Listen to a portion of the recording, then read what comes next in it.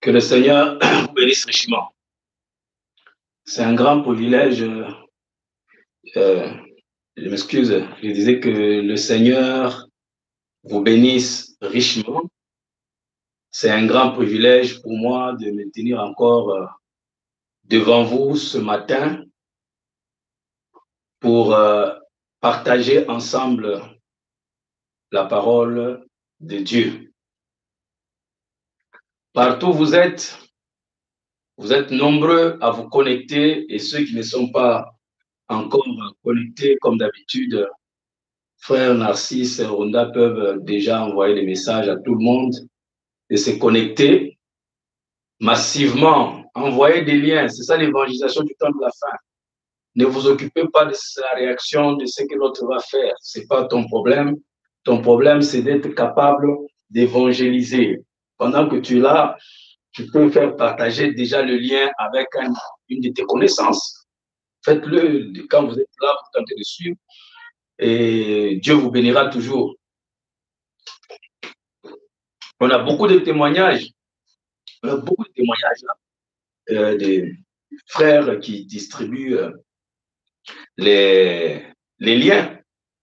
Jusque-là, je n'ai pas vu le témoignage des sœurs. Hein. Sœurs, vous devez partager. Vous, ici, ce n'est pas question de « oh, c'est seulement les frères », ainsi de suite. Vous partagez vos WhatsApp, vous partagez vos Twitter, vous partagez les Facebook. Partagez aussi le lien. Pendant que tu es là, tu partages à tous les contacts que tu as. Et tout ça, s'il faut mettre sur votre statut, mettez. C'est une manière d'évangéliser. C'est une manière d'évangéliser. Et Dieu va vous bénir, Dieu vous sera toujours reconnaissant. Et informer tout le monde quand il s'abonne, de cliquer aussi sur le petit signe qui est comme une cloche, hein, qui est comme une cloche là. Hein. Appuyez sur ça comme ça. Chaque fois que nous serons en direct, ça va vous notifier. Ça va vous informer que non, Frère Jos est à la chaire où le service des cantiques a commencé. Voyez-vous, c'est ça que vous devez faire. C'est une manière d'évangéliser et Dieu vous bénira. Alors, encore une fois, que Dieu vous bénisse richement de ce qu'on est encore ensemble ce matin pour partager la parole de Dieu. Alors, nous lisons dans Ésaïe chapitre 6. Alors, prions le Seigneur, Dieu Tout-Puissant, Créateur des cieux et de la terre, donateur de tout excellent. Nous te sommes reconnaissants pour nous avoir accordé le privilège d'être dans ta présence, Seigneur, ce matin, afin de partager ensemble avec toi la parole de Dieu. Merci, Seigneur, de ce que dans toute la semaine, tu as été avec nous, Seigneur. Nous savons que le combat pour les uns et les autres n'a pas été facile. Et surtout pour moi, Seigneur Jésus, toi-même, tu connais ce que je traverse. Oh Dieu, combien c'est difficile. Mais toi, Père Céleste du haut des cieux, je sais que tu n'es pas surpris à quoi que ce soit. Et que, Père, tu prends tout sous ton contrôle. Je demande, Seigneur, à ce que tu me soutiennes alors que je me tiens devant tes enfants, en me cachant sous le sang versé. Je peux constater que depuis que nous partageons cet enseignement de la réconnexion de l'âme, Satan n'est pas content. Il a voulu, Seigneur, arracher la vie de frère Tréfis dans cet accident mortel. Et toi, tu l'as épargné, Seigneur, ô Dieu Tout-Puissant. Père Céleste, il a raté cela, Père, et il a continué, Seigneur, à mener. Maintenant, il m'attaque personnellement, Seigneur Jésus-Christ, ô Dieu. Je prie, Seigneur, que tu me couvres sous ton sang, Père, et me caches dans la fente du rocher. Je sais qu'il est vraiment fâché parce que tu es en train de m'utiliser pour réveiller tes enfants, Seigneur, à leur nature essentielle qui est l'âme. Et à partir de cela, Père, il se connecte avec toi et Satan comprend, Seigneur, le danger que je représente pour lui et il veut m'atteindre. Mais Seigneur, tu ne permettras pas, Seigneur, un seul instant que Satan m'atteigne par n'importe quel moyen, Seigneur. Oh Dieu, je déclare tous ces plans, Seigneur, du Tout-Puissant, inefficaces, et je les paralyse dans le nom de Jésus-Christ et je les déclare sans effet sur moi, Seigneur, notre Dieu. Père, peu importe ce que le diable a préparé comme coup, Seigneur, toi, tu as tout déjoué déjà dans le nom puissant de Jésus-Christ. Et je ne reculerai pas, Seigneur. Je vais continuer, Seigneur, à soutenir ton royaume, à édifier ton peuple, Père bien-aimé. Seigneur, dans cette inspiration, ô Jésus, et je ne lâcherai pas, Seigneur, c'est du puissant. Oh Dieu, tu m'as mandaté pour cela, pour m'as commissionné, Père. Satan ne va pas m'intimider, Seigneur. Il ne va pas me terroriser, Seigneur. Il ne va pas me faire peur, oh Dieu Tout-Puissant. Je suis là pour te servir, Père bien-aimé, oh Dieu éternel. Et je tiens cette position, Seigneur, oh Dieu, par l'autorité que tu me donnes, Seigneur Jésus-Christ, par la présence de l'ange, Seigneur Jésus-Christ, oh Dieu. Merci, Seigneur, je me soumets entre tes mains, Seigneur. Je laisse tout ton peuple qui est en train de suivre, Père, entre tes mains, Seigneur. Par puissant, Seigneur, protège-les. Oh Dieu, je vois comment Satan est vraiment fâché, Seigneur. Il va attaquer tout le monde, Seigneur. Oh Dieu, pour les décourager, Seigneur, de suivre cet enseignement et surtout de la mettre en pratique, Seigneur Jésus, parce qu'il sait que c'est sa fin, Seigneur Jésus, et que, Seigneur, le temps est arrivé où les fils de Dieu doivent être manifestés. Et ce sont ces enseignements, Seigneur, qui vont rendre cela possible, Père. Oh Dieu Tout-Puissant, nous savons que quand, Seigneur Jésus-Christ, quelque chose, oh Dieu, de pertinent, de sérieux, Seigneur, est proclamé par les divins, Seigneur, oh Dieu, le diable, Seigneur, se retourne dans son lit, Seigneur. Il est en train de se retourner maintenant, Père, parce qu'il sait que nous sommes en train de communiquer, Seigneur, oh Dieu, les dernières armes, Seigneur, Père, oh Dieu, à l'épouse qui vont le paralyser totalement, Seigneur. Merci. Protège chacun de là où il est, Seigneur. Que ce soit des coronavirus, que ce soit des quoi que ce soit d'autre, Père. Des troubles dans les foyers, Seigneur. Les troubles, Seigneur, dans la vie. Les troubles partout, Seigneur. Protège tes enfants, Seigneur. Satan n'est pas content, Seigneur. Il est enragé, Seigneur. Il est vraiment, Seigneur, fâché comme un lion rougissant, Père. Protège ton peuple, Seigneur, par puissant. Merci, miséricordieux, compatissant. Alors que nous nous soumettons entre tes mains, nous croyons, Seigneur, au Dieu Christ, que ce matin, tu vas nous parler. Sois béni à jamais, sois glorifié au siècle des siècles dans le nom précieux et puissant de Jésus-Christ. J'ai ainsi prié. Bénis la lecture de la parole, Seigneur notre Dieu. Ô Père Céleste, donne-nous le contexte et l'inspiration dans le nom puissant de Jésus-Christ. Amen. Alors, nous lisons dans Ésaïe 6. L'année de la mort du roi Osias. Je vis le Seigneur assis sur un trône très élevé et les pans de sa robe remplissaient le temple. Des séraphins se tenaient au-dessus de lui. Ils avaient chacun 6 ailes, 2 dont ils se couvraient la face, 2 ils se couvraient les pieds et 2 dont ils se servaient pour voler. Ils criaient l'un à l'autre et disaient « Saint, Saint est l'Éternel des armées ». Les portes furent ébranlées dans leur fondement par la voix qui retentissait. Et la maison se remplit de fumée. Alors je dis, malheur à moi, je suis perdu car je suis un homme dont les lèvres sont impures. J'habite au milieu d'un peuple dont les lèvres sont impures et mes yeux ont vu le roi, l'Éternel des armées. Mais l'un des séraphins vola vers moi, tenant à la main une pierre ardente qu'il avait prise sur l'autel avec des pincettes. Il en toucha ma bouche et dit, ceci a touché tes lèvres, ton iniquité est enlevée et ton péché est expié. J'entendis la voix du Seigneur disant, qui enverrai-je et qui marchera pour nous? Je répondis, mais voici, envoie-moi. Il dit alors, va et dis à ce peuple, vous entendrez et vous ne comprendrez point. Vous verrez, vous ne saisirez point. Rends insensible le cœur de ce peuple, endurcis ses oreilles et bouche-lui les yeux, pour qu'il ne voie point de ses yeux, n'entende point de ses oreilles, ne comprenne point son cœur, ne se convertisse point et ne soit point guéri. Vous pouvez vous asseoir que l'Éternel ajoute les bénédictions à la lecture de sa parole. Alors, nous remercions le Seigneur, je crois que pour ceux qui ont suivi le service d'adoration, c'était merveilleux et nous allons continuer comme cela. Et comme ça, nous avons au moins notre service complet. Alors, j'ai introduit la dernière fois avec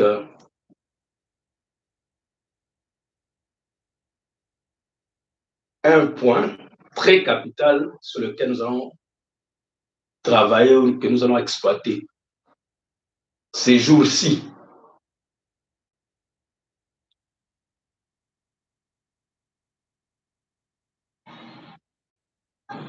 N'oubliez pas notre sujet et n'oubliez pas ce que le Seigneur nous a montré, que l'homme au commencement ne pouvait pas mourir, ne vieillissait pas, ne tombait pas malade et rien ne pouvait le nuire.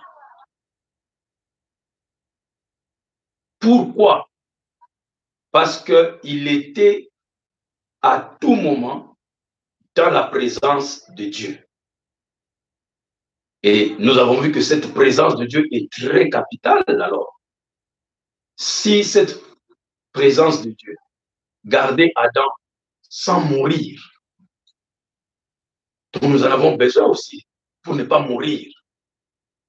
Si cette présence de Dieu gardait Adam contre toute maladie, Adam ne peut pas tomber malade. Donc nous avons besoin de cette présence pour nous guérir des diabètes, des rhumatismes, de cancer, des douleurs atroces que nous expérimentons. Ça ne doit pas être fait des massapos, c'est-à-dire que de raconter ou des choses qu'on raconte, ça doit être de la réalité. Il faut qu'on passe à la réalité. On doit passer à la vitesse supérieure à la réalité. Il faut qu'on expérimente cette présence. Ça va arrêter nos douleurs, arrêter la maladie, arrêter la souffrance, arrêter toutes choses. La présence de Dieu. Et pourquoi Adam commença à mourir? Parce qu'il est sorti justement de cette présence. Par le péché, il a été chassé de la présence de Dieu.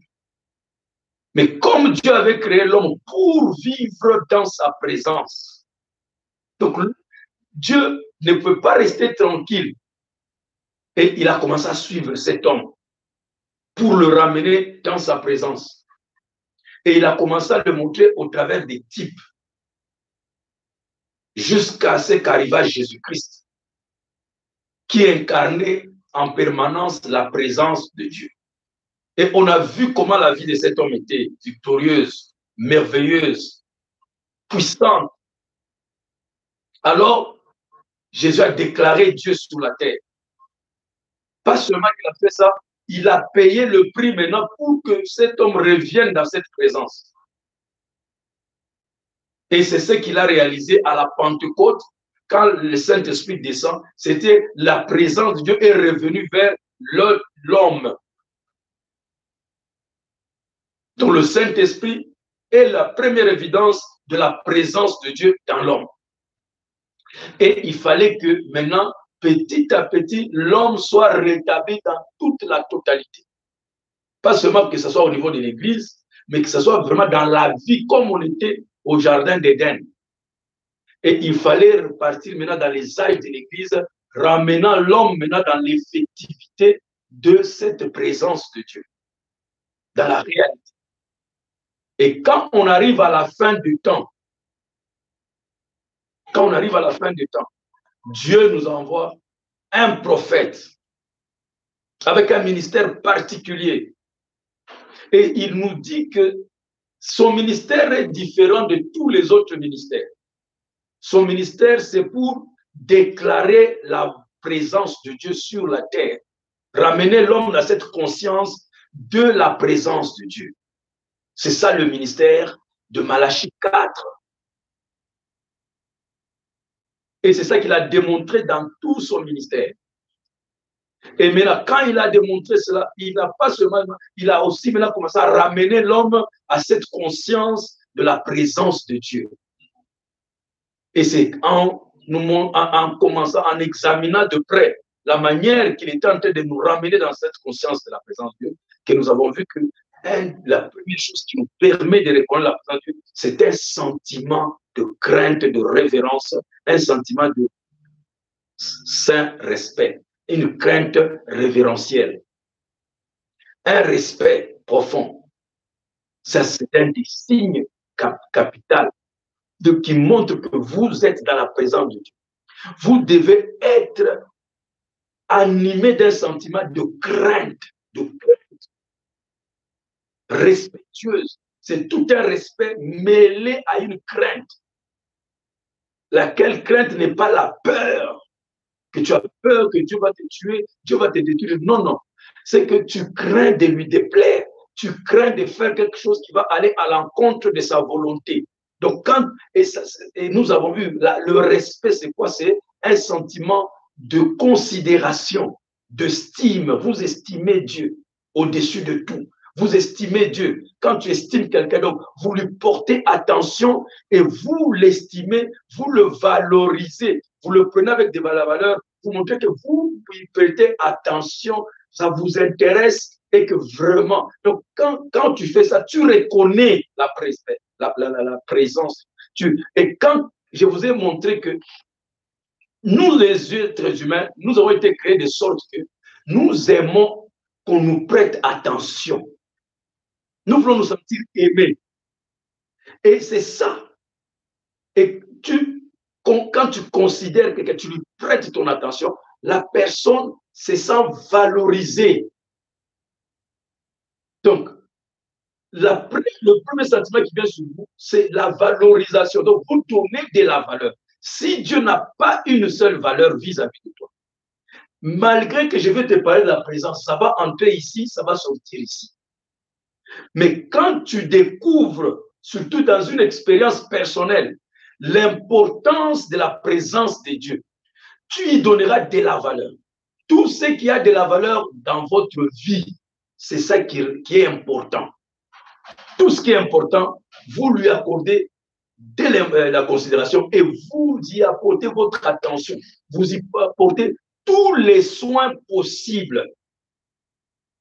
Et quand un être humain, même un chien, il se développe bien quand son maître lui prête attention. Un bébé, les enfants ici, on nous a dit que tous les enfants que vous voyez, les chégués dans la rue, les enfants qui tuent, les enfants qui volent, les filles qui vont faire la potion, ce sont des enfants qui ont manqué de l'attention dans leur maison. Leurs parents ne leur ont pas donné de l'attention. Toi, tu mets au monde. Il y a beaucoup de frères et de sœurs. Vous avez des enfants, mais ces enfants sont toujours loin de vous. Jamais dans vos bras. Jamais dans vos bras. Vous pensez que quand vous allez au marché, vous vendez, vous venez leur amener la nourriture, c'est ça. La vie s'arrête à ça. L'enfant n'a pas que besoin de manger. Il a besoin de votre affection. Parce que quand il se sent valorisé, il se sent estimé, il se sent aimé, il se développe facilement. C'est comme ça que Dieu nous a créés, parce que lui-même, Dieu, a besoin qu'on lui prête attention. Et c'est pourquoi quand il n'a pas votre attention, quand il n'a pas attiré votre attention, vous n'allez rien recevoir de lui. Vous devez porter attention à Dieu pour que Dieu entre en scène. C'est pourquoi il dit que la présence de Dieu peut bel et bien être ici, mais elle ne fera rien si vous ne la reconnaissez pas. Parce que vous devez commencer par la reconnaître. Si je viens chez toi en tant que ton ami, je suis là, tu fais fi de moi.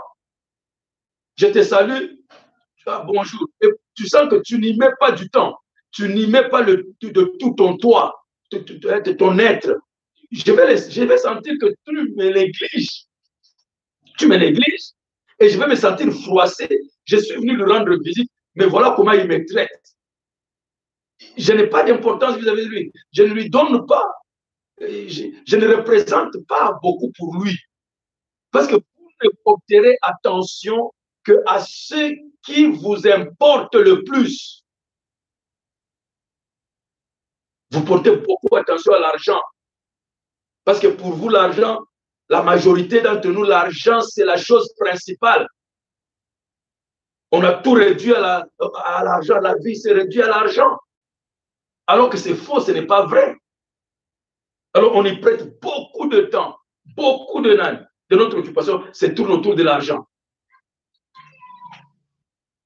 Mais il n'y a pas que ça. Donc, maintenant, sur les enfants, vous devez apprendre. Ce que madame dit, il est dit en anglais, ça sonne très bien, mais en français, tu peux essayer de traduire. Il dit, sisters, spoil, you have to spoil your children. Vous devez gâter vos enfants. S'il faut les gâter, gâtez-les. Prenez, Dieu vous a donné ces enfants pour que vous les aimiez. Tous tes enfants sont toujours loin. Tu es toujours devant l'ordinateur, devant le téléphone, WhatsApp, tu es devant ceci. Tu vois que c'est ça les choses les plus importantes. Mais l'enfant est plus qu'un téléphone. Le téléphone, c'est juste du plastique avec un peu de métal et tout ça. Mais l'enfant, il est chair, il est du sang, c'est une âme, c'est un esprit. Il est plus important. Tu devais, à un moment donné, juste passer, rester avec tes enfants dans les bras, garder ton enfant dans les bras. Les gens, regardez, je ne sais pas si c'est déjà arrivé ici ou pas, mais en Afrique du Sud ou en Europe, quand une femme, dès que la femme accouche, si le mari n'est pas présent, on prend l'enfant, on le met directement sur la poitrine de la maman. Sans habit, le contact corps à corps. Si papa est là, on va faire ça à papa. Vérifiez. Pourquoi? On veut dès que l'enfant sort, il sente cette affection. C'est très important pour le développement futur de votre enfant. Dieu a créé tout être humain de cette manière. Donc, même si l'homme ne sait pas s'exprimer, il a besoin de ça. Et quand quelqu'un se sent aimé, quand un enfant se sent aimé, quand une femme se sent aimée, il déploie toutes les capacités qui sont en lui. Même chose avec Dieu. C'est pourquoi Jésus pouvait être là. Il ne guérissait pas tout le monde, frères et sœurs. Il pouvait se retrouver avec 100 personnes, 300 personnes, 1000 personnes malades. Il guérit une seule personne. Pourquoi? C'est la personne qui a placé son attention sur lui. C'est ça le secret, mes frères et bien-aimés. Tu ne peux pas venir dans la présence de Dieu sans qu'il y ait ce sentiment de reconnaissance, ce sentiment de crainte, de considération. Dieu doit se sentir considéré. Dieu doit se sentir estimé. Et nous ne devons pas estimer Dieu parce que le pasteur Jos, le frère Jos a dit d'estimer, mais ça doit être une révélation personnelle par une expérience. C'est pourquoi j'ai invité chacun de vous, la dernière fois, que vous devez expérimenter Dieu. Il faut que vous expérimentiez Dieu, la présence de Dieu, que tu viennes à me dire, frère Jos, j'ai expérimenté cette présence de Dieu. J'ai vu c'est que ça m'a fait du bien. Ça m'a fait du bien. Je me suis senti très... Donc, ce n'est pas l'argent, ce n'est pas la nourriture, mais juste que je me suis retrouvé dans cette présence. En tout cas, l'atmosphère dans laquelle je me suis retrouvé, le sentiment de bien-être que j'ai éprouvé, que j'ai expérimenté, je ne l'ai jamais expérimenté. J'aurais voulu rester encore là-dedans. Parce que quand tu es dans la présence de Dieu, tous les soucis s'évanouissent. Je vous dis la vérité. Il n'y a que dans la présence de Dieu que tout s'évanouit.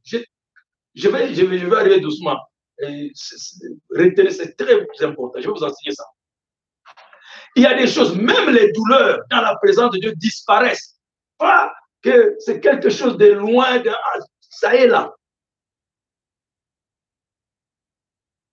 On peut le voir comment arriver à le faire. Dieu nous a tout enseigné. Donc, je disais que c'est quand tu donnes ton attention, tu prêtes ton attention. Quand Dieu arrive à capter ton attention, il est prêt dans cette période de temps où tu as l'attention de Dieu, tu peux demander tout ce que tu veux. Ça va t'arriver. C'est un principe de la manière que tu as été créé. C'est pourquoi Jésus pouvait dire pour la prière, ça ne sert pas de multiplier de vaines paroles. Ne soyez pas en train de parloter comme c'est faisait, quoi qu'à force de paroles, ils seront exaucés. Non. Tu peux rester dans la prière 1 heure, 2 heures, tu es en train de divaguer. Ton attention est tantôt sur ceci, tantôt sur Facebook, tantôt sur ceci, mais tu es en train de prier. Jusqu'à ce que tu vas stabiliser ton attention, ton esprit sur Dieu. Même, c'est pourquoi Abraham dit 5 minutes dans la présence de Dieu. Moïse a eu plus que ce qu'il a appris pendant 40 ans. 5 minutes. Pourquoi? Quand l'attention est captivée, souvenez-vous quand nous étions en train d'étudier pour ceux qui ont été à l'école, je vois qu'à ce niveau ici, beaucoup d'entre nous ont été à l'école. Vous vous souvenez, moi j'étais un dérangeur. Même parfois quand j'étais déjà dans le message, mais animé, demandez à Armand et tout. J'animais beaucoup. J'aimais trop déranger malgré que j'étais dans le message. Je peux entrer dans la salle. Au lieu d'étudier dans la salle d'études, moi je commence à animer, je dérange et tout ça. Mais j'ai réussi toujours. Et même mes amis me connaissent. Oui, toi tu déranges et puis tu fais que réussir. On pouvait être, si c'est peut-être 1h45 qu'on nous donnait d'études, je vais rester pendant tout ce temps-là. Mais les 10 dernières minutes, frère, je me concentrais. Je ne sais pas comment je le faisais, mais je peux le faire. Je me concentre et je vais tout étudier. Alors qu'il y en a qui sont restés toutes les heures là en train de se bagarrer. Et quand on arrive demain, je ne fais que réviser. Donc, je connais, et beaucoup d'entre vous, vous savez que quand vous vous concentrez, donc ça veut dire que vous mettez l'attention de votre esprit sur un truc, vous l'assimilez. Quand vous mettez l'attention sur quelque chose, vous devenez très efficace. C'est comme ça que l'esprit de l'homme est fait. Ça s'explique par le fait de la loupe. Vous connaissez ce qu'on appelle la loupe. Quand tu prends une feuille, tu mets au soleil, le soleil ne pourra rien faire sur la feuille. Vous connaissez ça. Mais quand tu prends la loupe, tu mets au-dessus de la feuille et tu mets au soleil, en quelques minutes, même secondes, le feu prend. La flamme vient. Pourquoi? Parce que la loupe a la capacité de faire ce que votre attention est à votre esprit. Donc la loupe concentre les rayons solaires au lieu que ça s'éparpille, mais quand il les concentre en un point focal, un point de focalisation, ça devient très fort et très puissant et ça allume le feu. Même chose avec ton esprit. L'esprit est fait, peut divaguer, les distraire, il touche ici, il touche là-bas. Aussi longtemps que l'esprit est en train de déambuler sur beaucoup de choses à la fois, il est inefficace. À un moment, tu mets ton esprit sur le Facebook. Avant même que tu finisses le sujet sur lequel tu prends sur Facebook, paf, tu es en train de penser à ton nom. Les paroles qu'il t'avait dites hier. Avant même que tu finisses de traiter ça, tu es en train de traiter encore, si c'est demain au travail, tu feras quoi? Donc, alors, l'esprit, comme il ne fait que passer quelques temps, quelques secondes sur des sujets, il ne sait pas quoi faire, il ne finit pas le sujet. Mais quand à un moment donné, tu concentres ton esprit, c'est-à-dire que tu prends l'attention, c'est ça l'attention, c'est la concentration des facultés de l'esprit. Donc, tu prends la mémoire sur ce sujet. La raison ne va plus sur autre chose, le même sujet. L'affection, même sujet. L'imagination, même sujet. Donc, c'est ce qu'on appelle l'attention. Ton esprit, avec ses 5 facultés, se positionne sur un point. L'esprit devient très efficace. Et si même c'est n'importe quel problème, il va le résoudre plus vite que quand tu n'es pas concentré, quand il n'y a pas d'attention. Donc, même pratique spirituelle, quand nous prenons notre esprit, notre mémoire, notre raison, nous le fixons seulement sur un point. Prenez un exemple. Prenez une écriture de la Bible, placez-y votre esprit, votre attention, vous allez voir l'effet que ça va faire sur vous. Vous allez même le ressentir. C'est pourquoi Frère Branham a dit, que de temps en temps, l'Esprit du Seigneur est dans l'autre dimension, mais présent maintenant, ici avec nous maintenant. Et il dit que de temps en temps, quand nous concentrons notre esprit sur lui, il dit tout d'un coup, quelque chose, une atmosphère de magnétisation, d'aimant magnétique nous entoure et nous ressentons. Donc, nous ne ressentons pas Dieu parce que notre esprit s'éparpille sur beaucoup de choses. Mais il faut que dans ta vie, pour que tu progresses spirituellement, divinement, tu dois te donner du temps où ton esprit est détaché de toute autre activité et n'est placé que sur Dieu. Il faut que vous ayez un temps dans votre journée où vous ne faites que ça. Vous devez trouver un temps où vous restez dans, et dès que vous faites ça, vous allez sentir que la présence de Dieu vient. C'est pourquoi il dit, quand nous pensons à lui, penser c'est quoi? C'est l'utilisation des 5 facultés de notre esprit sur un sujet donné. Quand tu commences à penser à Dieu, tu dois solliciter tout de suite ta mémoire. Parce que si tu as lu les Écritures, si tu as écouté Frère Jos, si tu as écouté Malachie 4, si tu as lu les citations, c'est classé dans archivé dans la mémoire.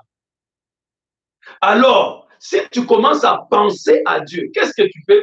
Tu immobilises ta mémoire. Tu fais recours à ta mémoire. Et tu ne fais pas recours à la mémoire sur n'importe quel sujet.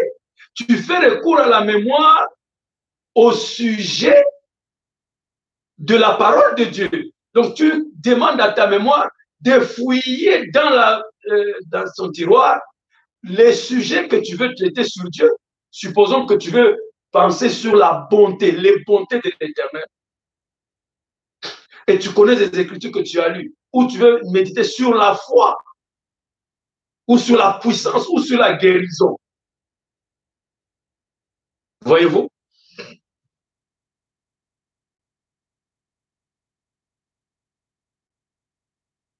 Alors, qu'est-ce qui s'est fait? Donc, tu fais recours à cette écriture. Elle vient en surface. Mais la mémoire, elle n'a fait que garder et te ramener ça. Maintenant, tu donnes à la raison pour réfléchir là-dessus, pour méditer là-dessus. Voyez-vous? Et directement, votre imagination entre en scène et sollicitée. Votre affection, parce que tu ne peux pas traiter quelque chose si tu n'aimes pas. Donc, il faut que ton esprit s'affectionne à ce que tu es en train de faire. Sinon, tu vas faire quelques minutes seulement et puis après, tu abandonnes. Donc, l'affection intervient. Ta conscience. Alors, tu vois que tout ton esprit, c'est ça, penser, tu penses à lui. Tu réfléchis sur Dieu. Et Abraham dit que si vous pensez à lui, il s'approchera de nous. Il dit, approchez-vous de lui, alors il s'approchera de nous. Il dit, il s'approche de nous comment? Quand nous pensons à lui, quand nous concentrons, quand nous prêtons notre attention sur lui, Dieu s'approche.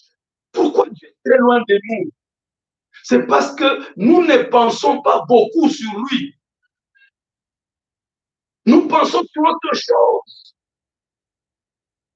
C'est vrai que nous vivons, nous avons des activités, nous avons des programmes. Mais ce que je vous demanderai, voyez-vous, c'est d'avoir aussi du temps. C'est d'avoir aussi du temps dans votre vie, de penser spécialement à Dieu. Quand est-ce que Gabriel est venu chez Marie? C'est quand Marie pensait à l'écriture d'Ésaïe, une vierge concevra. Un enfant nous est né, un fils nous est donné. On l'appellera Emmanuel, prince de la paix, ainsi de suite. Elle pensait sur ça et du coup, ça, elle s'est tellement concentrée, l'esprit s'est tellement concentré là-dessus que c'est devenu une puissance magnétique capable d'attirer son équivalent. Il y avait l'équivalent au ciel. Et Marie a créé en elle un centre magnétique de la même fréquence. Ce n'est pas toutes les Écritures. Il y avait l'écriture de Malachie 4. Marie n'a pas pensé à cette écriture, n'a pas créé l'atmosphère ou les ondes de cette écriture de Malachie 4 censée jamais accomplie à Marie. Mais comme Marie a pensé à une écriture qui était là d'Ésaïe, il y avait son équivalent au ciel.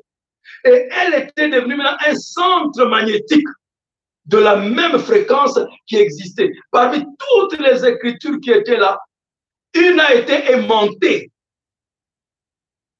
Parce que cette écriture dit que c'est Gabriel qui ira prononcer, qui ira annoncer la naissance. Donc cette écriture a déclenché là l'envoi de Gabriel vers Marie. C'est ça qui se passe. Tu as besoin de la guérison. Il y a un équivalent de la guérison au ciel. Quand je dis au ciel, ne regarde pas en haut. C'est juste ici dans une autre dimension. Ça est là. Mais ça attend qu'il y ait son équivalent, son centre magnétique créé dans l'homme pour que cette écriture qui existe là déjà pour ta guérison soit aimantée et se retrouve en toi et que tu puisses te guérir. Et c'est d'application à toute autre chose.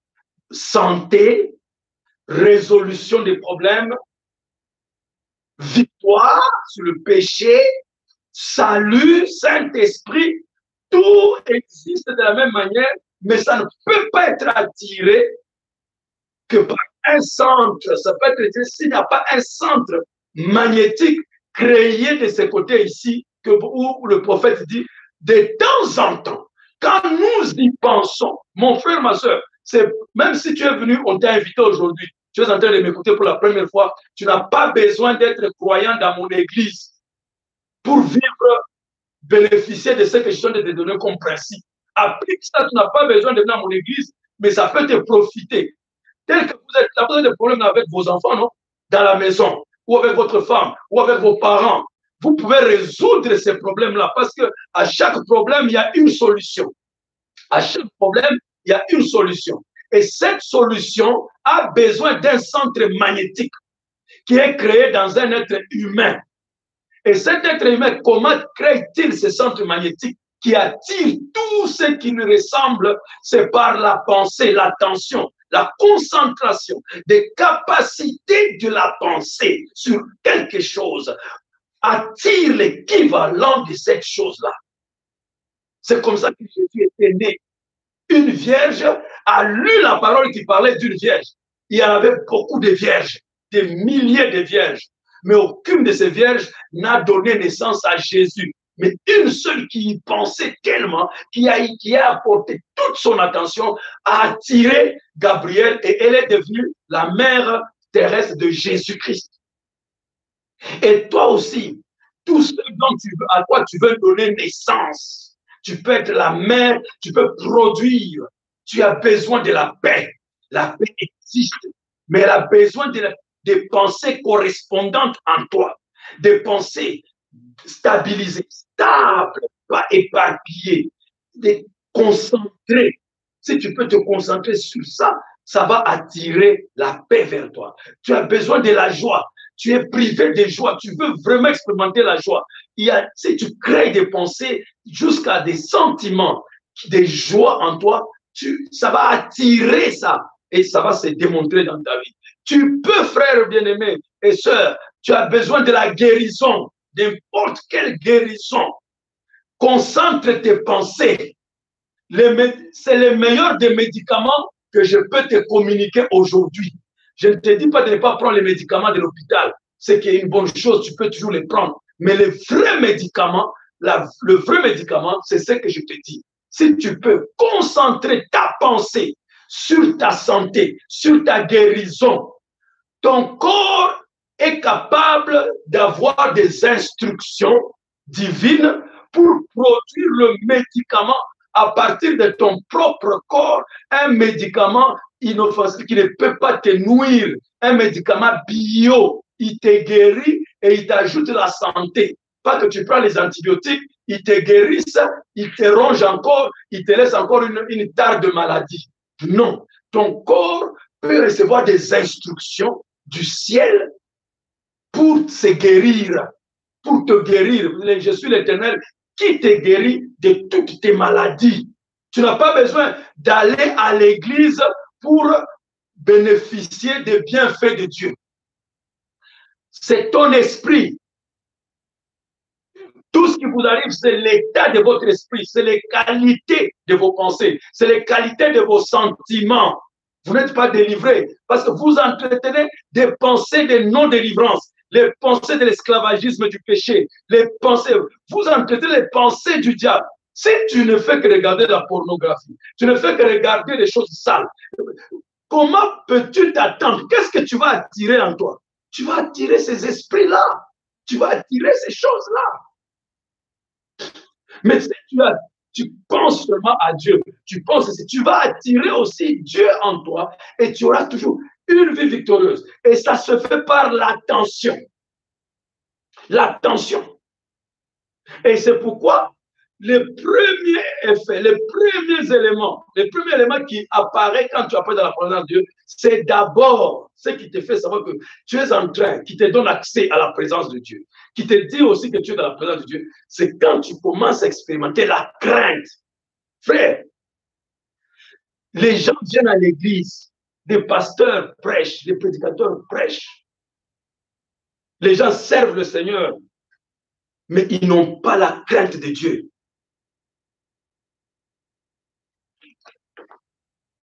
Pas de crainte.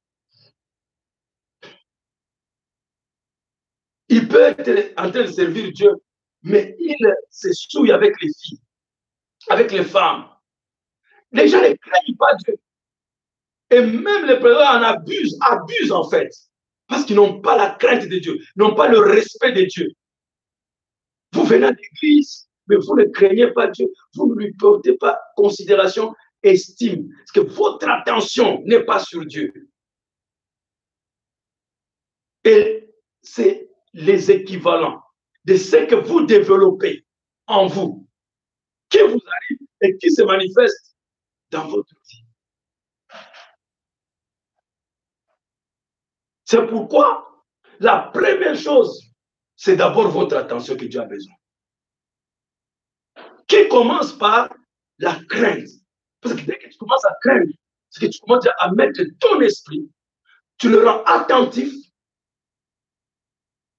à Dieu. Si tu as la crainte, directement, tu fais recours à ta mémoire pour qu'elle se souvienne de tout ce que Dieu a dit. Tu n'as pas besoin d'oublier ce que Dieu a dit. Tu as besoin d'avoir en mémoire tout ce que Dieu a dit. Tu tiens compte de ça. Donc ta mémoire déjà est sollicitée. Elle est au garde à vous. Elle est au service de Dieu. Elle te présente les Écritures où Dieu dit qu'il faut craindre Dieu. La crainte de l'Éternel. La crainte de l'Éternel, c'est le commencement de toute sagesse. Ce sont ces Écritures-là qui te reviennent. Crains Dieu. Pour vous qui craignez mon nom, s'élèvera le soleil de la justice avec la guérison sous ses ailes. Donc, dès que tu crains Dieu, tu crains le nom de l'Éternel, directement, sur toi s'élève le soleil de la justice. Dieu vient te faire justice. Dieu combat pour toi. Dieu te défend. Dieu devient ton avocat pendant qu'il est ton juge, mais il est en même temps ton avocat. Le soleil de la justice, il vient te défendre contre ces démons qui t'attaquent des maladies, des souffrances et des problèmes. Avec quoi? La guérison sous ses ailes. Donc, il amène même la guérison. Et tout ton esprit est sur Dieu. Voilà comment cet homme de Malachie 4 est venu nous aider à revenir dans la présence de Dieu.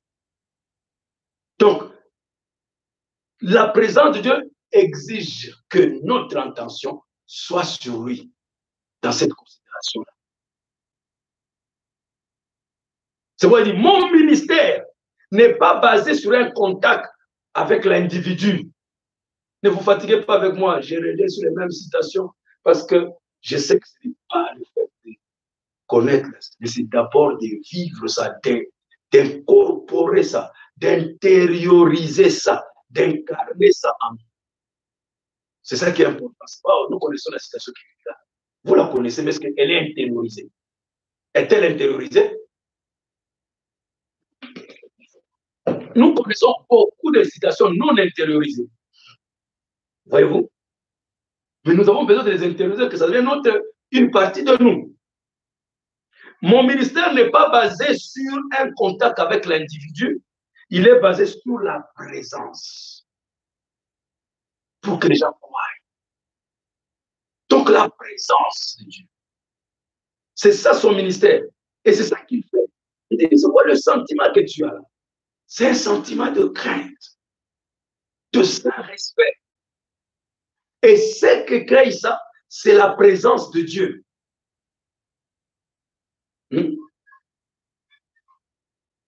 Voici la seule chose que vous devez savoir. Parce que Jésus est ici pour vous guérir. Croire que sa présence est ici. Croire qu'il est ici pour vous aider. C'est ça qui crée la guérison, qui crée votre bénédiction.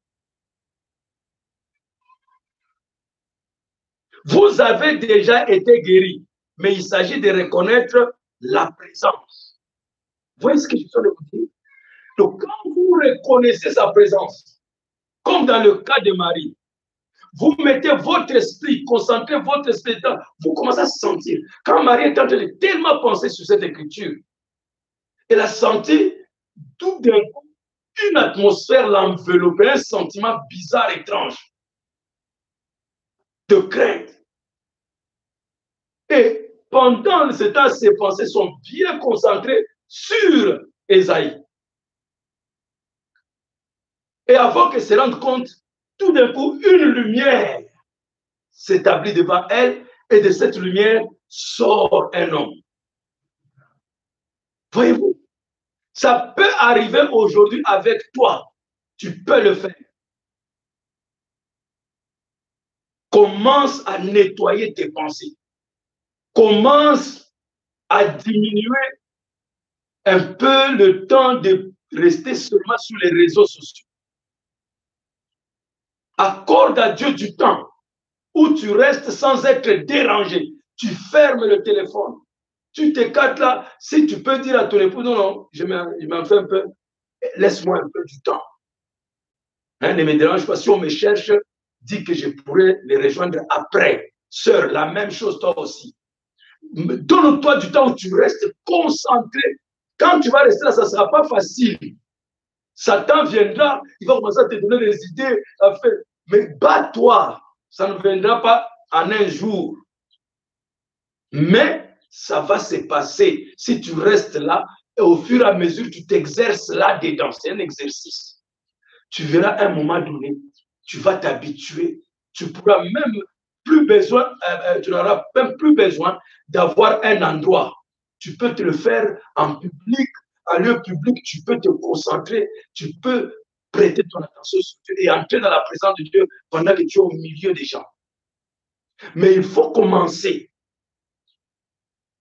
Les deux disciples sur le chemin d'Emmaüs,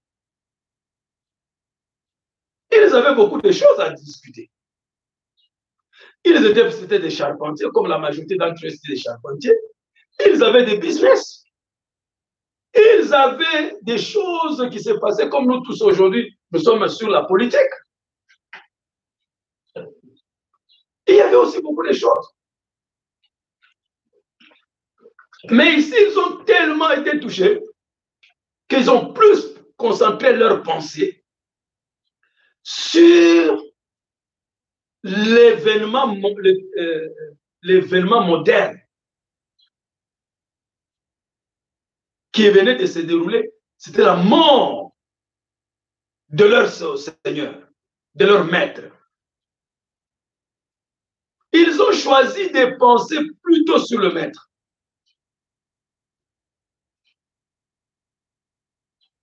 Et cela a payé. Cela a payé. voyons pas tout ce que la parole promet dans nos vies, ça n'a rien à voir avec la parole. Ça n'a rien à voir, non, ça a à voir avec nous. C'est nous les décideurs. La manière que nous choisissons d'utiliser, de concentrer nos pensées, c'est ça qui détermine tout ce que nous vivons dans notre vie. Vous voulez avoir des choses de la parole, des promesses de Dieu, sur lesquelles vous ne passez même pas 2 minutes pour penser à ça. Comment pouvez-vous penser à des choses comme ça? Que nous pouvons expérimenter les bienfaits de la parole sans y penser. Je peux penser sur la politique, je peux penser sur le football, je peux penser sur les histoires, ainsi de suite, sur l'argent, mais ne pas penser à Dieu. Et m'attendre à ce que je reçoive quelque chose de la part de Dieu. Non, c'est très insensé de notre part. Personne n'a reçu quelque chose sur laquelle il n'a pas pensé d'abord. C'est lui qui a découvert la lumière, il a d'abord pensé à comment faire la lumière, sur la lumière. Est-ce que la lumière existe? Et tout ça. Et tous ceux qui n'y pensaient pas n'ont jamais découvert la lumière. C'est lui qui a inventé l'ordinateur, il a d'abord pensé à ça. Il a prêté attention à ça. Ce sont des principes qui s'appliquent dans votre vie, dans les choses naturelles et dans les choses spirituelles. Quand ils ont pensé profondément sur leur maître, cela a créé en eux et autour d'eux un centre d'attraction magnétique, attirant l'équivalent qui était déjà là, qui? Leur maître. Ici en eux, ils ont créé des pensées du maître. Ils ont créé les pensées de Christ. Ils ont tellement leurs propres pensées se sont colorées, imbibées de Christ, de la parole. Et cela est passé des pensées aux sentiments qu'ils étaient même profondément touchés.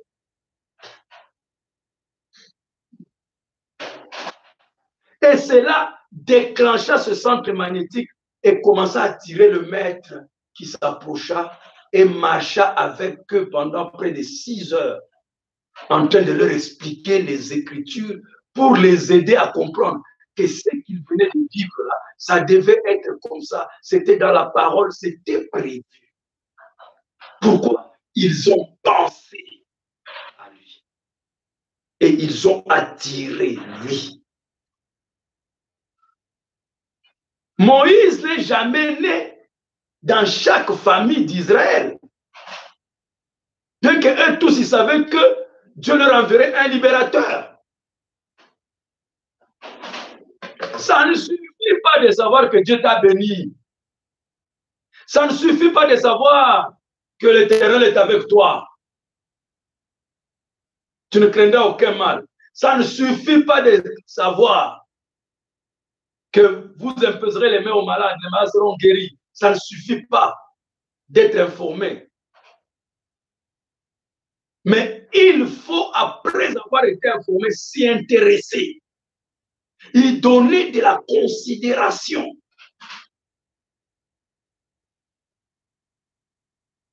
Commencez à penser sur le travail. Que tu cherches du travail. Tu vas voir le travail va commencer à apparaître. On va commencer à t'appeler. Commencez à penser sur quelque chose.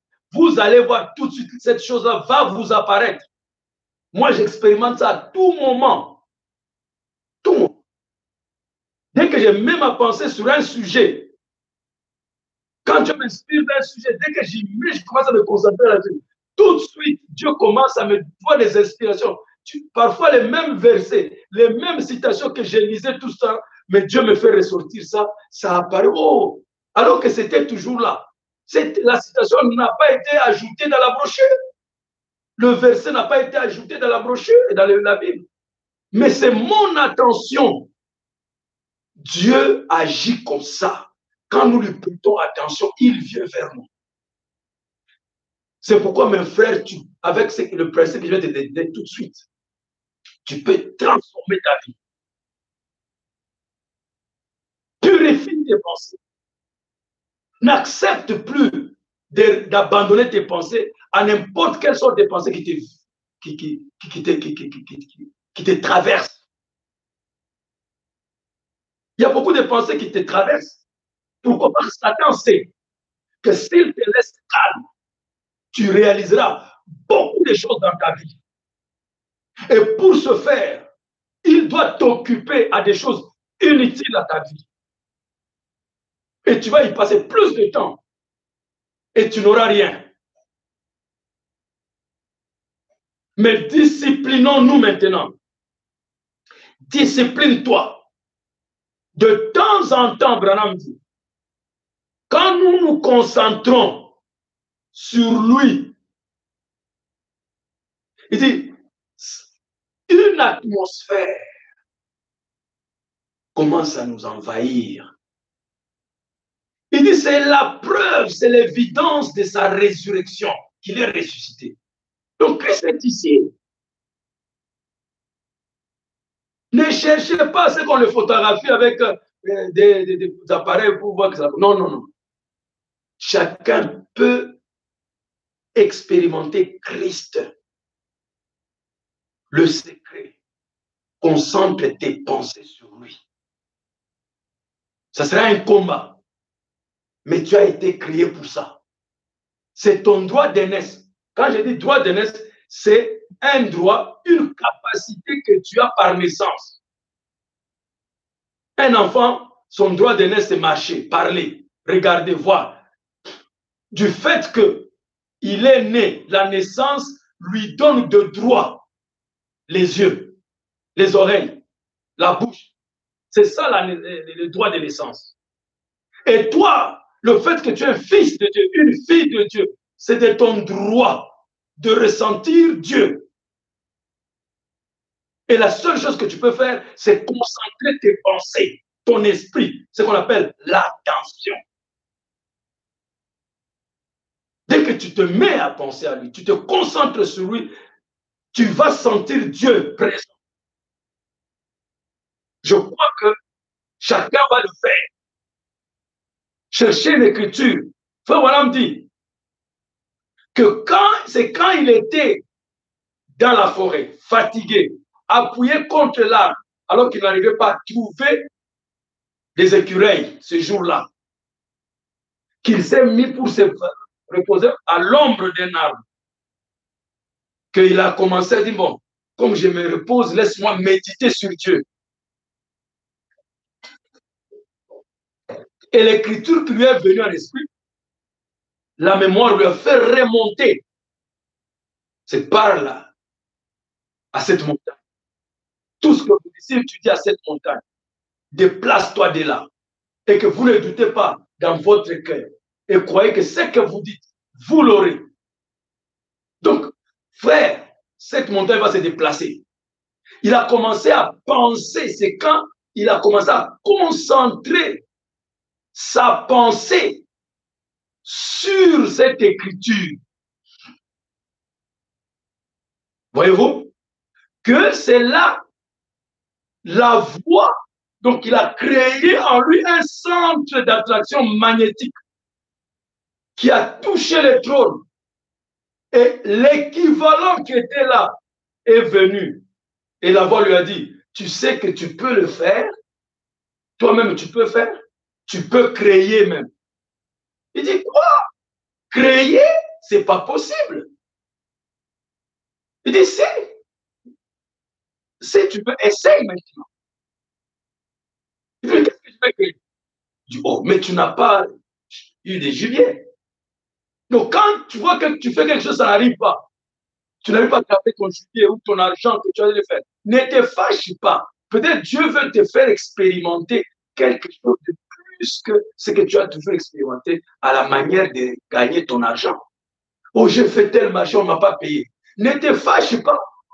Ne te décourage pas.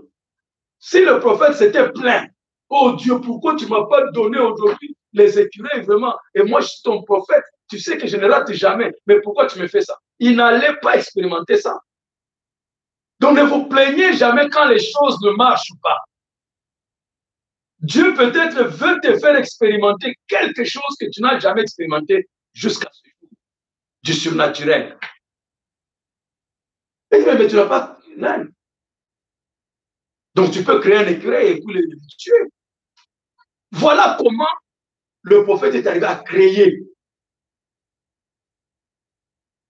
Aussi longtemps qu'il n'avait jamais pensé à cette écriture, il n'a jamais créé. Tu n'auras rien jusqu'à ce que ta pensée commence à se concentrer et à créer des choses. C'est ça la vérité. C'est ça qui fait que quand tu as de la considération, de l'estime pour Dieu, ton attention, comment tu estimes Dieu, quand tu lui portes ton attention. Dieu voit que tu te concentres, tu prends tes énergies, tu les mets à sa disposition. Il dit que ça, c'est de la considération. C'est du respect pour moi. Et Dieu ne peut qu'intervenir, réagir pour te bénir, mon frère. Pourquoi ne peux-tu pas commencer à considérer Dieu, à lui faire confiance, à mettre à sa disposition ton esprit, ton attention? Que Dieu se sente flatté, qu'il se sente valorisé en toi. Il dit, voilà mon fils, ma fille. Vraiment, elle me rend ce que je lui ai donné. Je l'ai créé à mon image. Je l'ai créé à mon image et je lui ai donné le libre arbitre pour qu'il en fasse ce qu'il veut, qu'il pense à ce qu'il veut, qu'il utilise sa pensée comme il veut. Mais malgré cette liberté que je lui ai accordée, de penser à tout ce qu'il veut, sur quoi penser, mais il préfère me redonner ça, penser à moi, me considérer de cette manière, me remettre à ma disposition. Tout ce que je lui ai donné, à ça, c'est de la considération. Je vois qu'il me craint. Je suis obligé d'intervenir. Si nous pouvons aujourd'hui comprendre ce secret, comprendre cela, mes frères bien-aimés, ça sera la solution à tous nos problèmes. Ça sera la guérison de toutes nos maladies. Ça sera la solution à tous nos problèmes. Ça sera la victoire sur tous les péchés. Ça sera la victoire sur tous les démons. Ça sera la victoire sur tout obstacle. Chers bien-aimés, frères et sœurs, Malachi 4 est venu nous ramener à cette réalité de la présence de Dieu. Il fallait d'abord que lui-même, il soit initié, lui-même s'exerce là-dedans, lui-même maîtrise cela, afin que Dieu puisse nous aider aussi à y entrer, à nous connecter toujours à cette présence pour une vie victorieuse, une vie surnaturelle, une vie divine, une vie spirituelle.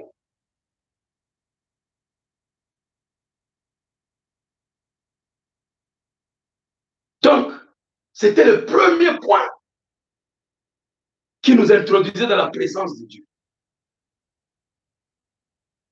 Et nous avons vu quel autre point qui est très capital. Alors, très capital.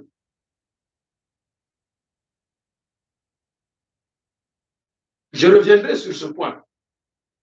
J'aimerais d'abord insister encore pour chacun de vous là où il est, que je dis que Dieu n'intervient jamais dans la vie de quelqu'un si il n'a pas pu attraper l'attention de cette personne.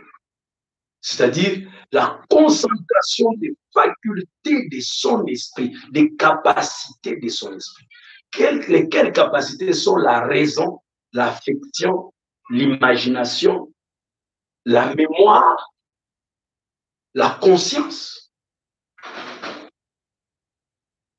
Tout cela sous le contrôle de la volonté.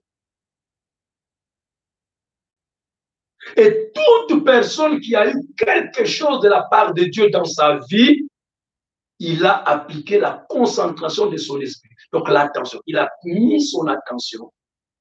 Je ne parle pas de la concentration de ces gens qui racontent n'importe quoi, tu dois te concentrer sur un point, tout ça. C'est pas ça. C'est pas ça, n'est-ce pas ça que nous parlons. Nous parlons de la concentration de votre esprit sur la parole de Dieu. Mettre l'attention sur une parole. Mettre à disposition de Dieu sur une parole votre esprit. Mettez au service votre mémoire, votre imagination et tout cela. Et ça, ce n'est pas du nouveau que je t'enseigne. Tu le fais tous les jours. Et sans que tu saches, tout ce sur quoi tu concentres ton esprit, où tu prêtes attention à, cette chose s'épanouit en toi, grandit. C'est pourquoi, si une chose t'arrive, si tu te blesses, faites-moi cette expérience. Et que tu mets toute ta pensée, tu commences à penser sur la plaie, elle va faire mal. Tu vas peiner. Pourquoi? Parce que ce qui te fait souffrir, ce n'est pas tellement la plaie. La douleur n'est pas tellement produite par la plaie, la douleur est produite par la pensée, l'attention. Comme ta pensée, ton attention se fixe sur la plaie, se plaint de la plaie, trouve comment c'est grave la plaie et comment c'est difficile. Ça peut me créer le tétanos, ça peut me créer le cancer, ça peut me créer l'infection. Donc c'est cette pensée qui va te tuer. Ce n'est pas la plaie. Et quand tu penses tellement à ça, ça devient tellement fort que ça va maintenant donner des directives au cerveau de produire l'équivalent des pensées, des qualités des pensées. Donc le cerveau va maintenant créer de ces histoires pour aller maintenant infecter davantage ta plaie. Au lieu que le cerveau guérisse la plaie, il va produire maintenant des éléments qui vont détruire ton corps. C'est lui qui détruit ton corps, ce n'est pas la plaie, mais c'est la qualité de l'attention que tu as portée sur la plaie.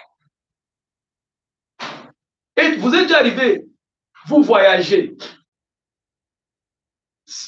L'endroit où tu vas devient loin où il est proche selon la qualité de ton attention. La même distance peut sembler être courte, mais la même distance peut être un chemin interminable. Pourquoi? Parce que tu vas arriver vite et ta pensée commence maintenant à s'inquiéter. Voilà, et si c'est arrivé. Alors, cette qualité d'attention-là te malmène, te fait souffrir. La distance devient très longue. Et tu peines et tu souffres. Mais quand tu changes le focus ou la focalisation, le point focal de ta pensée, tu commences à penser sur autre chose. Et tout ça, tu te réjouis de ça, ce à quoi tu parles. Tu vis dans le temps présent, comme on a l'habitude de dire. Tu vis dans la présence de Dieu, tu te réjouis. Tu vas voir que vous n'avez pas fait longtemps, vous êtes déjà arrivé. Tu veux remarquer, et quand tu enjoy, hein, quand tu trouves plaisir dans un voyage, tu regrettes d'être arrivé à temps. Parce que tu étais tellement content du voyage, tu t'es réjoui, tu as pris plaisir dans le voyage que ça devient court. Mais quand tu n'as pas pris plaisir dans le voyage, tu es impatient et tu fais que penser quand est-ce que tu vas arriver pour faire ceci. Tu vas voir que le voyage devient interminable. Donc c'est pour vous dire que tout ce sur quoi vous pensez, vous mettez votre attention, cette chose-là s'agrandit en vous. Donc si tu veux éliminer toute souffrance, détache ton attention de la souffrance. Place ça sur le bonheur, sur la joie. Si tu n'en as pas, crée. Si tu n'en as pas, c'est pourquoi vous voyez les gens du monde ne savent pas ces principes que je vous dis, mais ils les savent dans une autre manière. C'est pourquoi ils vont dans les stades. C'est pour oublier un peu. Pendant que tout le monde est au stade pendant 90 minutes, frère, il n'y a pas de pauvres. Il n'y a pas de malades là-dedans. Il n'y a pas de gens qui ont des problèmes. Parce qu'ils ont détaché leur attention. Ils n'ont placé que sur ce qui se passe là. Et ça élimine, ça a un effet de drogue. Jusqu'à ce qu'ils sortiront de cet état, alors la réalité de la vie les rattrape. Mais aussi longtemps qu'ils sont là. C'est pourquoi les gens payent cher pour aller rire chez les comédiens.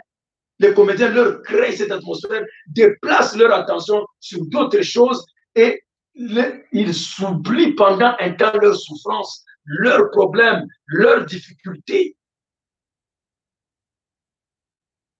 Mais ils payent cher pour ça.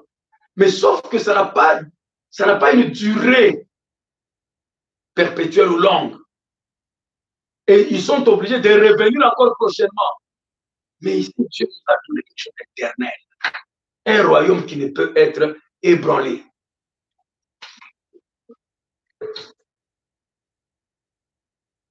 Que si, au lieu que tu mettes tes pensées sur des choses qui te maltraitent, qui te malmènent, détache à partir d'aujourd'hui ta pensée et place ça sur la présence de Dieu. Commence à penser à Dieu.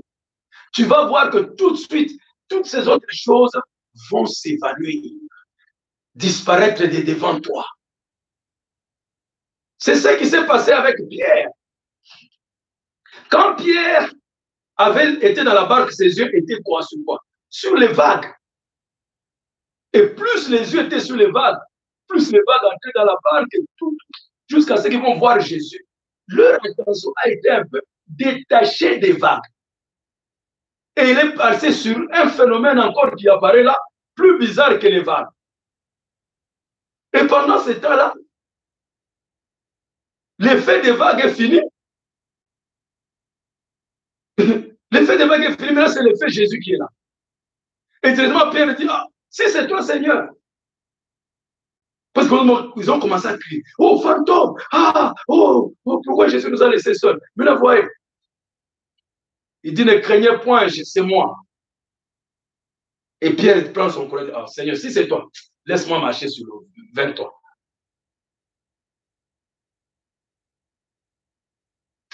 Ce n'est pas en restant dans la barque que tu vas expérimenter le surnaturel. Vous devez sortir de votre zone de confort. Et il dit, viens. Pierre a sauté. Il a commencé à marcher sur les eaux sur une longue distance, frère. Sans s'enfoncer dans l'eau. Jusqu'à ce qu'à un certain moment, il prit peur. Dites-moi, est-ce que l'eau avait changé? Non. Les vagues avaient cessé? Non. Pierre avait changé? Non. Mais qu'est-ce qui a fait que les mêmes situations, la même circonstance, Pierre marche une bonne distance et après le même Pierre, dans les mêmes circonstances, s'enfonce? C'est ça, le pouvoir de l'attention. Pierre a marché parce qu'il avait détaché ses yeux des vagues. Il avait détaché son attention des vagues, de tous les troubles, des circonstances, des souffrances, de la maladie, du péché, de l'adultère, de tout ça. Il a détaché ses regards de tous les problèmes financiers, de toutes les crises économiques. Il a détaché ses regards de tous les obstacles qui se présentaient dans sa vie. Ils étaient là. Dieu n'a pas enlevé les obstacles. Il n'a pas enlevé la maladie. Mais Pierre a détaché son attention de ces choses. Il les a placées sur Christ. Quand son attention est allée sur Christ, il a trouvé son équivalent.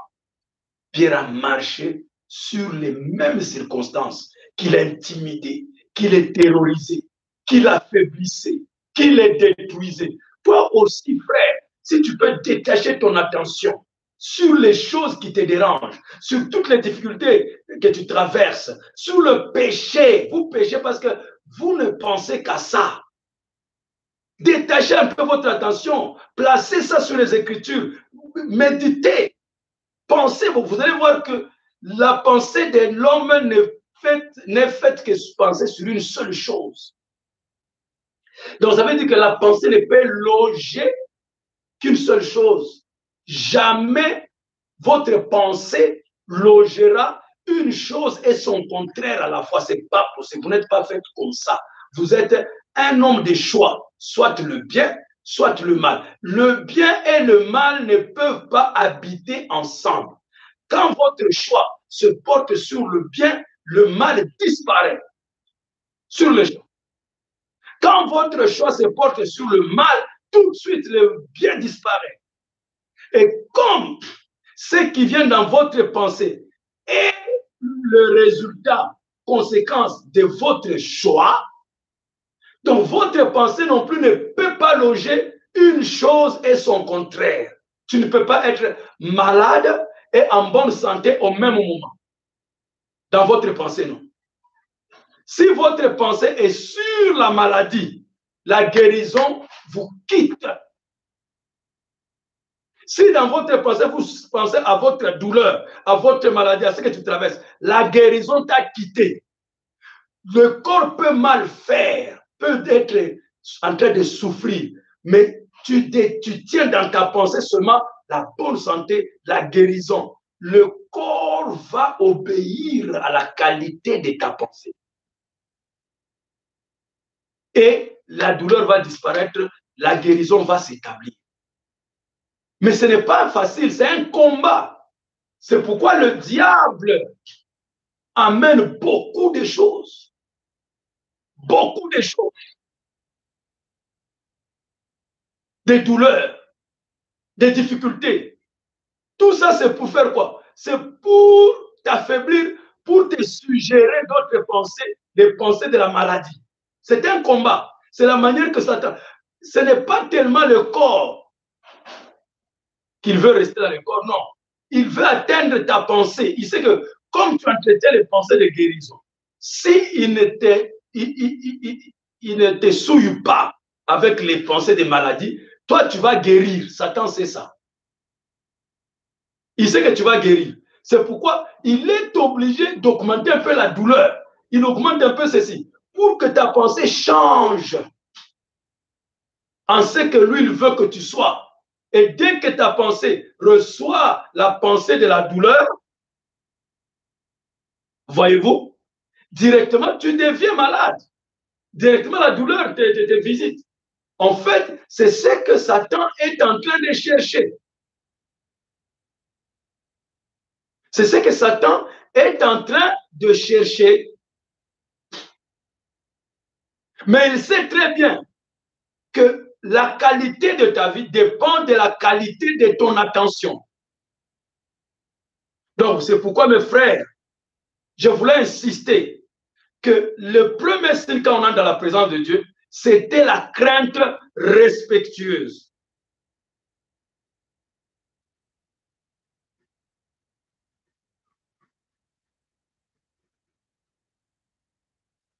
Voyez-vous?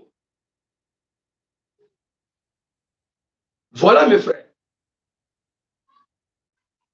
Alors, si cela est bien entré, que voilà pourquoi Dieu a besoin de cette crainte respectueuse qui, en fait, n'est qu'un élément qui nous fait entrer dans sa présence par notre attention. Alors, nous sommes arrivés à un autre élément qui entrevient dans la présence de Dieu. C'est ce que Frère Branham a développé dans sa présence. Allez lire ça. Nous allons étudier cela pendant cette semaine ensemble. Dans sa présence. Prêché le 9 septembre 62.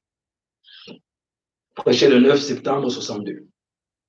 Il dit merci frère Lévy. Que le Seigneur vous bénisse richement.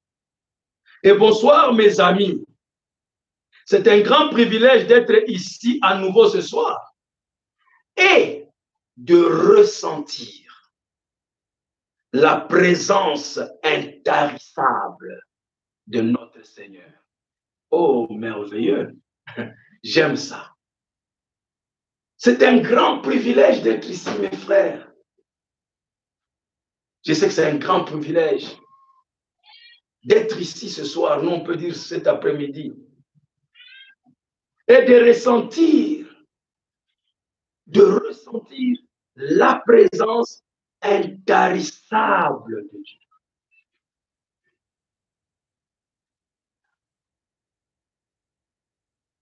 Voyez-vous? De notre Seigneur. Donc, on peut ressentir la présence intarissable. Elle ne tarit pas, parce que Dieu ne peut pas tarir. Voyez-vous? Dieu ne peut pas tarir. La présence intarissable de Dieu.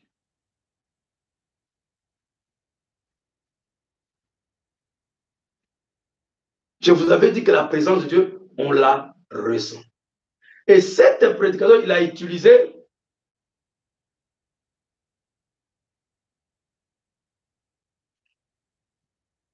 en lisant l'écriture que nous avons lue d'Ésaïe.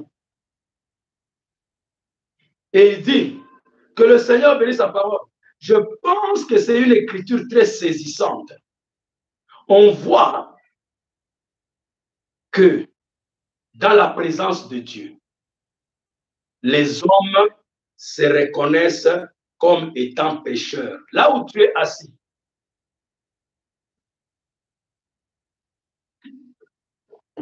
partout là où vous me suivez, pouvez-vous tous répéter avec moi cette phrase? Allons-y. On voit que dans la présence de Dieu, répétons ensemble, on voit que dans la présence de Dieu, les hommes se reconnaissent comme étant pécheurs. Répétons encore une fois. On voit que dans la présence de Dieu, les hommes se reconnaissent comme étant pécheurs.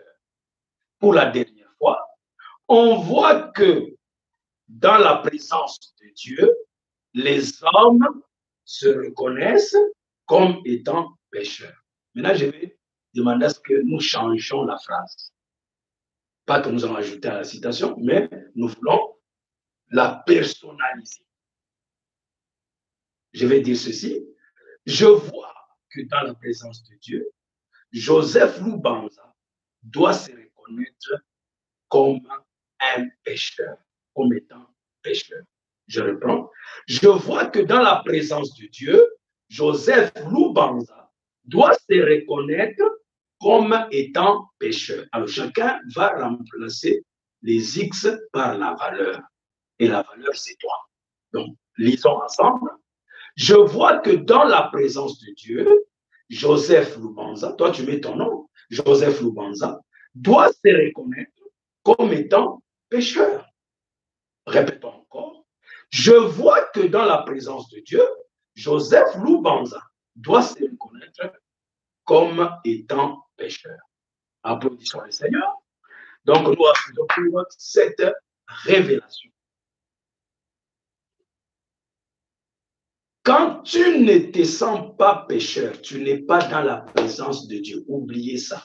Tout ce que nous avons entendu comme la musique jusqu'à aujourd'hui. Je vais tout droit, toute musique que nous avons écoutée, les serviteurs de Dieu, que je suis le seul qui n'est pas tombé. Je suis le seul qui n'est pas péché. Ça, c'est annulé par ce que nous venons de lire. Si quelqu'un se déclare qu'il n'est pas pécheur, sachez que ce pasteur-là, si c'est un pasteur, si c'est un frère, si c'est une sœur, que Dieu lui fasse la grâce, il est encore loin de la présence de Dieu. Il est très loin. Ce qui fait que quelqu'un ne voit pas ses péchés, c'est qu'il n'est pas dans la présence de Dieu. Avant de continuer, j'aimerais vous donner le témoignage que le prophète nous a relaté de Daniel Curie, que chacun connaît. Daniel Curie fut un des très puissants évangélistes sur la terre qui amena beaucoup d'âmes à Christ. Un homme sans reproche de sainteté que beaucoup de serviteurs de Dieu ne pouvaient pas atteindre. Et il donne son témoignage quand il est mort, parce qu'il était revenu. Et quand il est mort, et que les gens ont vu qu'il est mort, il a dit, je me suis vu sortir de mon corps. Et j'ai commencé à m'éloigner doucement, doucement, et puis plus rapidement, et j'ai vu, je me suis éloigné, et j'ai commencé à aller vers quelque part. Et quand j'arrive à la porte, il y avait des anges qui gardaient, des gardiens en blanc, qui m'ont dit, j'ai frappé. Ils ont ouvert, ça c'est qui dit, c'est Daniel Curie, grand évangile. Voilà comment c'est. Grand évangéliste du Dieu vivant, qui a gagné beaucoup d'âmes à Jésus. Mon temps est arrivé. J'ai quitté la terre, je suis mort. Maintenant, je suis venu pour recevoir ma couronne, ma récompense par avoir beaucoup travaillé pour Dieu. Les gens disent, ah, merci.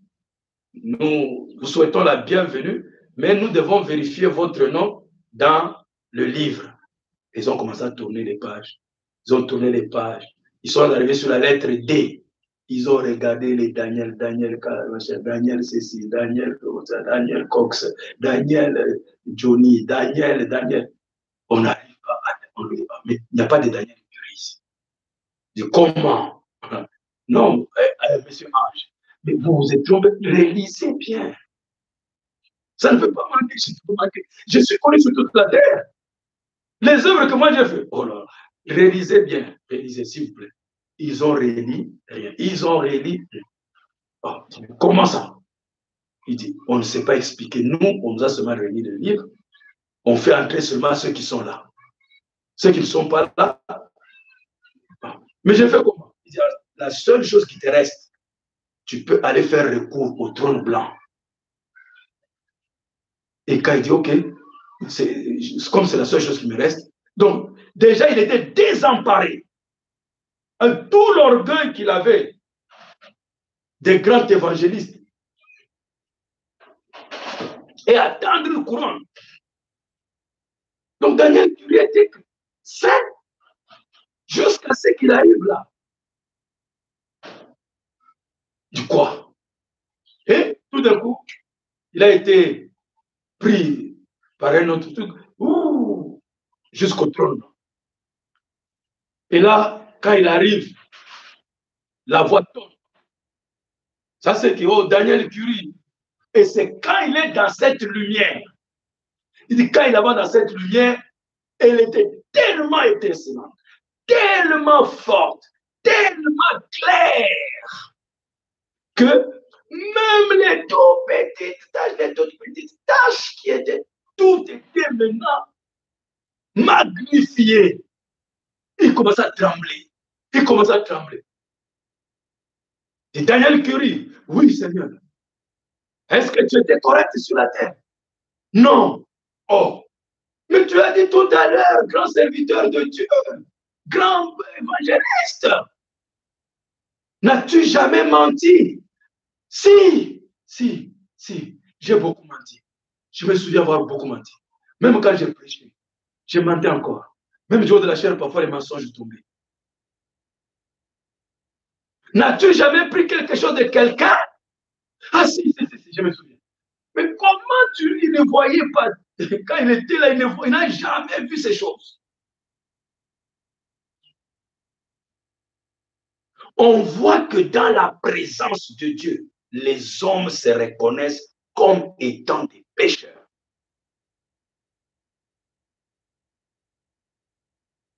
Ça, c'est celui que Dieu a mandaté pour nous initier à la reconnaissance de la présence de Dieu. Le reste des présences que les gens racontent, les expériences que les gens vont vous raconter, contraire à ça, mettez ça dans la poubelle. Si vous voulez expérimenter la vraie présence de Dieu, ça doit avoir ces caractéristiques. 1, la crainte respectueuse. 2, tu dois te reconnaître pécheur. La présence de Dieu fait ressortir toutes tes fautes, tous tes péchés.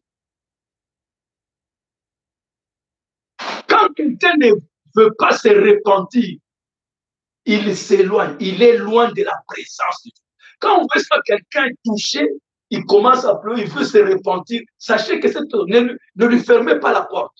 Il est en train de s'approcher de la présence de Dieu. C'est pourquoi le prophète ne décourageait jamais, mais je dis, je ne mettrai jamais dehors tout celui qui vient à moi. Quand quelqu'un veut se repentir, c'est déjà la grâce de la présence de Dieu. Il n'est pas loin de la présence de Dieu. Il n'est pas loin du royaume.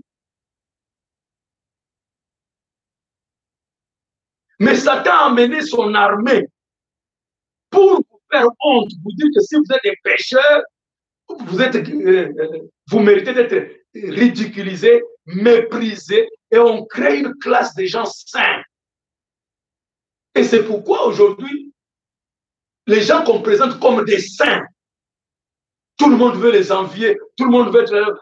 Ils veulent suivre, ou nous suivons des gens qui ne sont pas dans la présence de Dieu. C'est pourquoi aujourd'hui, tous les péchés d'adultère, tous les péchés sont chantés.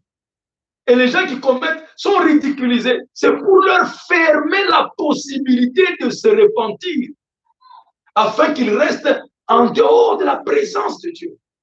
Ça, c'est la tactique diabolique.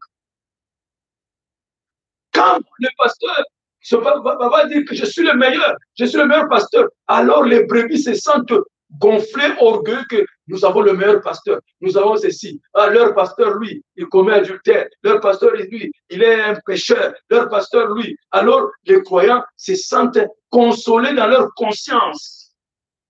Ils ne savent pas que, et eux, et leur pasteur, ils sont en dehors de la présence de Dieu.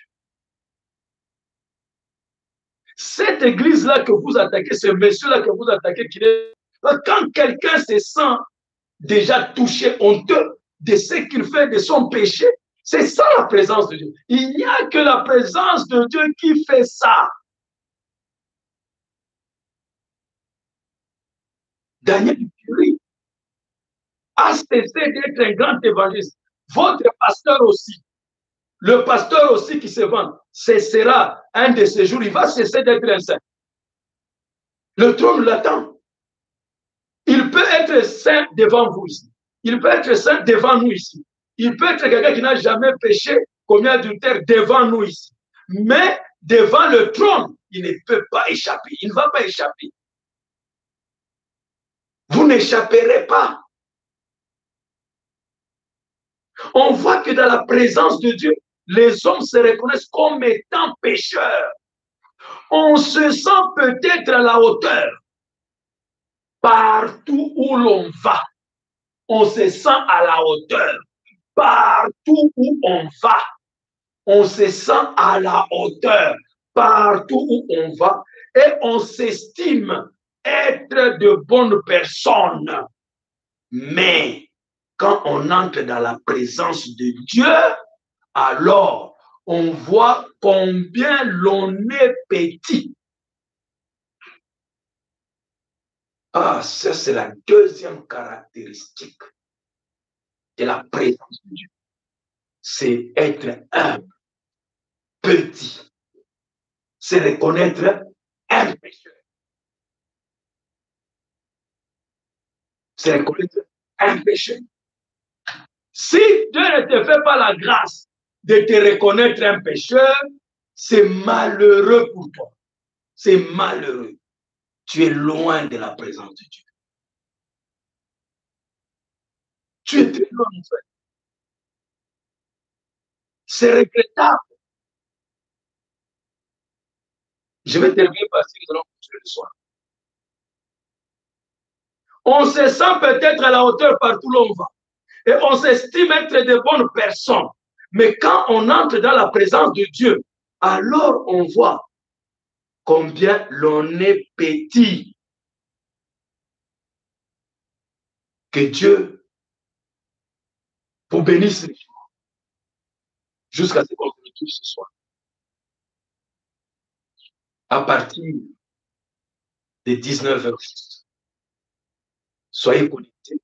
Donc, le service des chants commence à 18h30 partout où vous êtes. C'est l'heure de Brazzaville. Si vous êtes aux États-Unis, je reçois beaucoup de messages des États-Unis, du Canada, de l'île Maurice, de l'Afrique du Sud, de l'Europe, la France, n'en parlons pas, et autour de l'Afrique, que vous êtes en train de me suivre. Je me sens petit. Je ne suis pas digne que vous me prêtiez votre confiance de cette manière, mais que Dieu vous bénisse richement. Et je prie que Dieu me garde humble, parce que beaucoup de gens sont en train de me suivre. Je prie que je ne sois pas une pierre d'achoppement pour vous. Priez pour moi, mes frères. Nous sommes dans la présence de Dieu. Je me sens moi-même pécheur, alors que je parle. Mon cœur est touché sincèrement, frère. Que Dieu nous aide. Nous voulons pénétrer sincèrement dans cette présence de Dieu. Il n'y a personne qui soit dit par nous. Personne. Que Dieu nous vienne en aide. Incline nos têtes, mes frères. Si Dieu t'a parlé, incline ta tête, ma soeur, là où tu es. Dis, Seigneur, je me sens vraiment une pécheresse. Je me sens un pécheur. J'ai pensé que j'ai été croyant de ce message tout ce temps, Seigneur. Lève cette matin en disant à Dieu, je croyais que j'étais quelque chose, mais tu viens de me montrer maintenant. Je regrette, Seigneur. Je regrette sincèrement. Pardonne-moi. Pardonne-moi, Seigneur. Pardonne-moi, oh Jésus, je suis un pécheur. Souillé jusqu'à la moelle. Je pensais que j'étais quelque chose, Père, parce que je prêche. Mais je suis souillé jusqu'à la moelle, Père. Ésaïe qui était seul a dit, je suis un homme aux lèvres impures. Je prêche aux gens aux lèvres impures. Je suis impur, je prêche aux impurs. Seigneur, aie pitié de nous. Nous comptons sur toi, Seigneur. Bénis chacun qui a levé la main. J'ai levé aussi la mienne avec eux, Seigneur. Pardonne, Seigneur. Pardonne, Seigneur Jésus. Pardon. Aide-nous. Nous voulons réellement ta présence, la vraie, Seigneur. Celle qui a été restaurée par le mystère de Malachie 4. Merci pour cette inspiration, cette révélation profonde. Nous demandons pardon de tous nos péchés, Seigneur. Nous ne sommes pas plus que Daniel. Il était plus que nous. Mais devant toi, Seigneur, il s'est reconnu coupable de toutes choses. Pardonne-nous, Seigneur. Alors que nous confions entre tes mains. Enlève le péché de nous, Seigneur. Garde-nous toujours humbles, Seigneur Jésus-Christ. Je te confie ton peuple, Père, jusqu'à ce que nous puissions nous retrouver ce soir. Sois avec nous, Père, dans le nom puissant de Jésus-Christ. Nous avons ainsi prié. Amen. Que Dieu vous bénisse richement. À ce soir, à 19h juste, la prédication, 18h30, les services des cantiques. Allez dans sa paix. Je vous aime beaucoup, je vous apprécie. Shalom.